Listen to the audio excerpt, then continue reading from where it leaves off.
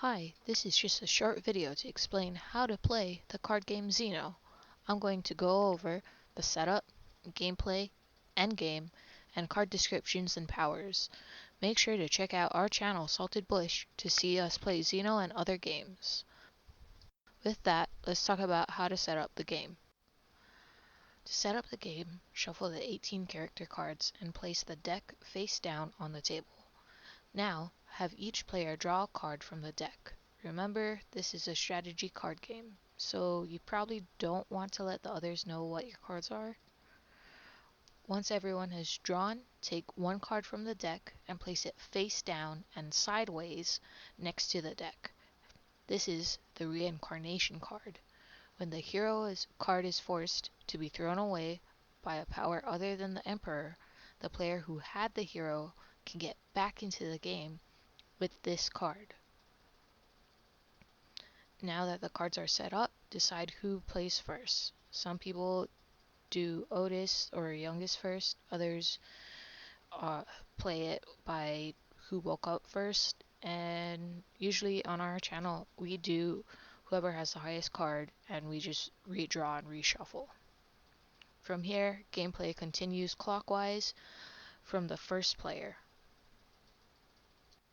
Now let's go over the basic gameplay. At the start of the player's turn, they draw one card from the deck and add it to their hand. Then the player chooses one of the two cards in their hand and places it face up on the table. Each card has a power that all players have to adhere to if the power is activated.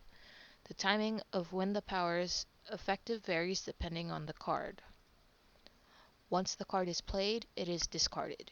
Each player places their discarded cards in front of themselves, faced up in a line from left to right, so everyone knows the order they were played in.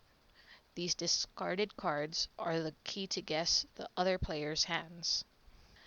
The player's turn is complete when the card's power has been used.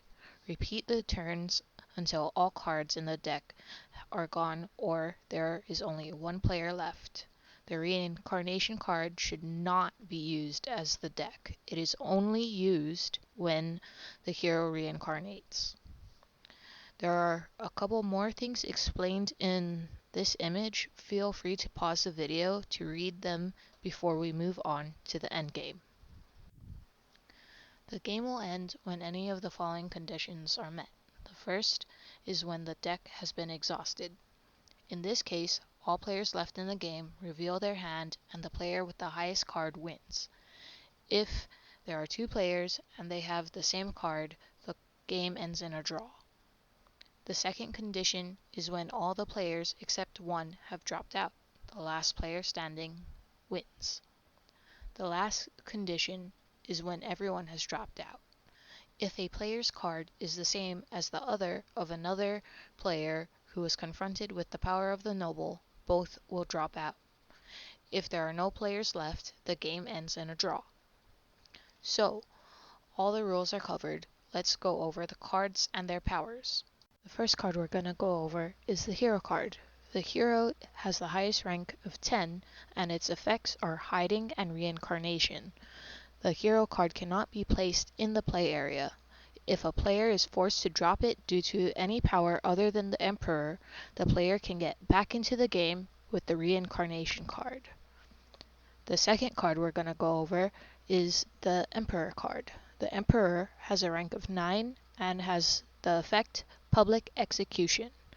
With this effect, you can force a designated player to draw a card from the deck and show both of their cards. Then, you can designate one of them to be discarded. The third card we're going to go over is the Death card. The Death card has a rank of 5 and the effect Infectious Disease. With this effect, you can force a designated player to draw a card from the deck. Then, you can designate one of them without knowing what the cards are to be discarded. The fourth card we're going to go over is the Maiden card. The Maiden has a rank of 4 and the effect Guarding. This effect disables the effects of any card's power on a player until the next turn. The fifth card we're going to go over is the Spirit card. The Spirit has a rank of 8 and the effect Interchange.